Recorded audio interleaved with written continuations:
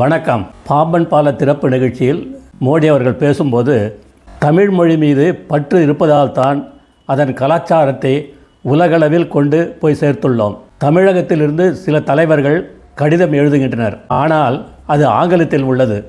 கையெழுத்தும் ஆங்கிலத்திலேயே போடப்பட்டிருக்கிறது.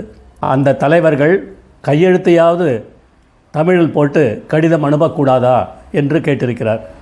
ஏழை மாணவர்களுக்கும் மருத்துவ கல்வி கிடைக்கும் வகையில் தமிழில் பாடத்திட்டங்களை திமுக அரசு கொண்டு வர வேண்டும் என்றும், அப்போது பக்கத்தில் இருந்த தமிழக அமைச்சரை அருகில் அழைத்து, எங்கே உங்கள் முதல்வர் என்று கேட்டுள்ளார். ஊட்டியில் அரசு நிகழ்ச்சி ஒன்றில் பங்கேற்க சென்றுள்ளார் என்று பதில்.